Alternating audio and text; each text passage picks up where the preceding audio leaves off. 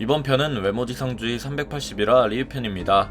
380이라의 첫 시작은 최민식의 과거 회상으로 시작되며 민식은 최연석과의 싸움에서 쓰러진 것처럼 과거에서도 똑같은 자세로 누워있죠. 그런 모습을 보며 김감룡 주목패에 부두목이 나타나 너는 더 이상 주목패가 아니다 라며 자신들은 큰일을 도모해야 되고 너같이 약한 놈은 발목만 잡는다 라는 말을 하죠. 그렇게 한국을 떠난 최민식은 시간이 지난 이후 밀항배에서 1회에 잡힌 것으로 추정이 됩니다. 다시 현실로 돌아와 사랑의 힘으로 승리를 거둔 최연석. 살인과 원석은 그렇게 탈락되나 싶었지만 VIP들이 재밌다며 통과시키라는 환호 때문에 어쩔 수 없이 원석과 세림을 네코는 통과시키게 됩니다. 그렇게 마지막 게임을 앞두고 남은 참가자는 총 7명, 5명은 재홍고 연합이며 나머지 2명은 아키라와 켄타였죠.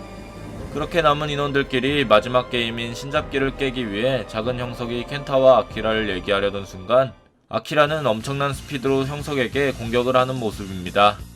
이런 경우는 일명 트롤, 같은 참가자가 서커스 때마다 우승을 못하게 사주를 받은 1회의 스파이였던 것.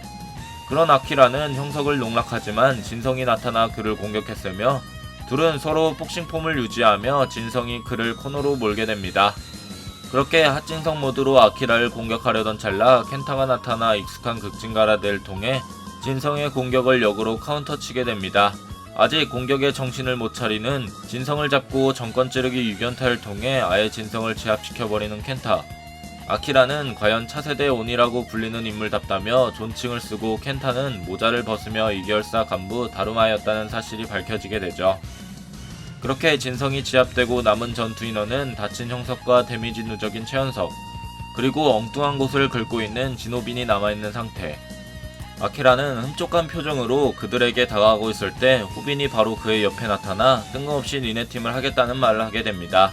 말도 안 되는 일본말로 그를 현혹시키는 호빈을 본 아키라는 그가 왜 선글라스를 지키는지 아까부터 궁금했다며 그의 핸디캡을 자기 발로 차버리는 모습. 그렇게 호빈의 선글라스는 관중들이 다 보는 앞에서 벗겨지게 됐고 다급히 호빈은 자신의 눈을 가려보지만 아키라는 그의 눈의 병인 동공가다증을 이미 폭로하며 호빈을 자극하게 됩니다. 그런 도발에 화가 난 호빈은 아키라와 싸움을 준비하게 됐고 과거 1회 회장 유지는 애초부터 호빈이 동공가다증이라는 것을 알고 있으며 자신이 전투력을 측정해서 보내면 네코가 바꾸지만 다른 사례로 선글라스를 벗은 호빈은 쉽사리 측정하기가 어렵다는 말을 하죠. 이후 호빈은 아키라에게 왜 선글라스를 벗겼냐며 자신은 지는 것보다, 아니 죽는 것보다 선글라스를 벗기 싫어하는 모습을 통해 드디어 천령 시절에 진호빈의 폭주를 볼 수 있는 연출이 나오며 외모지상주의 380이라는 끝이 나게 됩니다.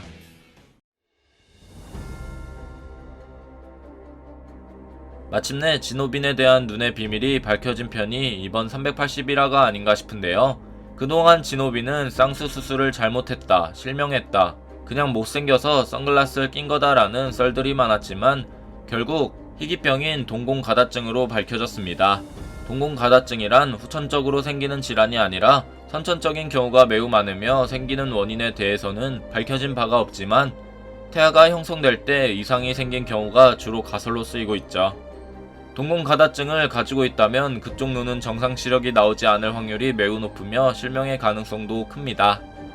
하지만 진호빈의 경우 선글라스가 큰 핸디캡 역할을 하여 그가 선글라스를 벗었을 때 더 강해진다는 언급을 본다면 그의 눈은 아무래도 실명이 아닌 것으로 보이며 동공가다증이라는 설정상 오히려 진호빈은 이 병을 통해 남들보다 좋은 동체 시력을 가지고 있어서 멀리 볼 수 있거나 빠른 물체의 움직임을 포착할 수 있는 연출이 나오지 않을까 싶은데요.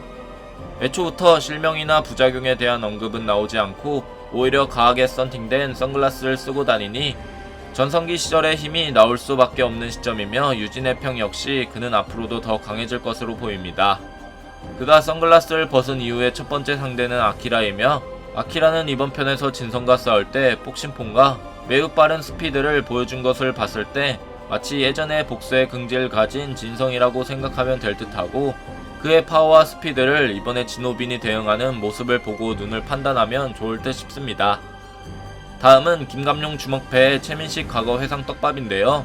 민식은 1000번 이상을 쌓은 세대였어도 그중 최약체로 손꼽혀 버림받는 실력이었죠. 그런 민식을 버린 인물이 바로 주먹패 부두목이었는데 이 인물은 아무래도 최동수로 유력한 상황. 마치 그들의 연출은 현재의 4대 크루의 느낌이 드는데요.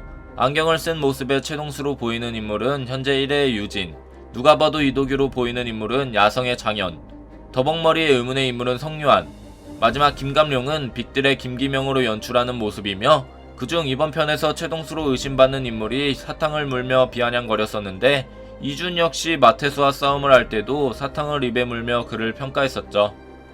애초에 먹는 모습도 비슷한 것을 봤을 때 역시 이준과 최동수는 무언가 관계가 있을 것이며, 아무래도 지금의 큰 형석이 작은 형석의 몸을 사용한 것처럼 최동수 역시 이준의 몸을 사용한 것이 아닐까 하는 생각이 드네요. 아니면 지금 큰 형석이 작은 형석과 동일한 나이라는 점이 밝혀지지 않는 것으로 보아 몸을 사용하는 데에 있어 나이의 갭은 상관없을 것으로 보이며, 과거 이준이 말한 주먹패끼리의 내전에서 최동수와 이도규는 의문의 인물과 싸웠기 때문에 최동수는 지금의 팔과 이도규는 손을 잃게 되었고, 싸움을 하기 어려운 부분에 있어 작은 형석처럼 두 개의 몸을 쓰듯 과거 이준의 몸을 빌려 1세대를 통합한 것이 아닐까 생각됩니다. 그게 아니고서야 갑자기 이준이 튀어나와 최동수 편에서 그를 도와준 것도 의문이며, 현재 작은 형석과 큰 형석 그리고 최동수의 딸인 크리스탈 역시 두 개의 몸이라 이런 의문 또한 있을 수도 있다고 생각하죠. 이런 부분은 더 많은 떡밥이 나왔을 때 특집 영상으로 만들도록 하겠습니다. 여러분들의 생각은 어떠신가요? 여러분들의 생각을 댓글로 적어주시길 바랍니다. 이상 시청해주셔서 감사합니다.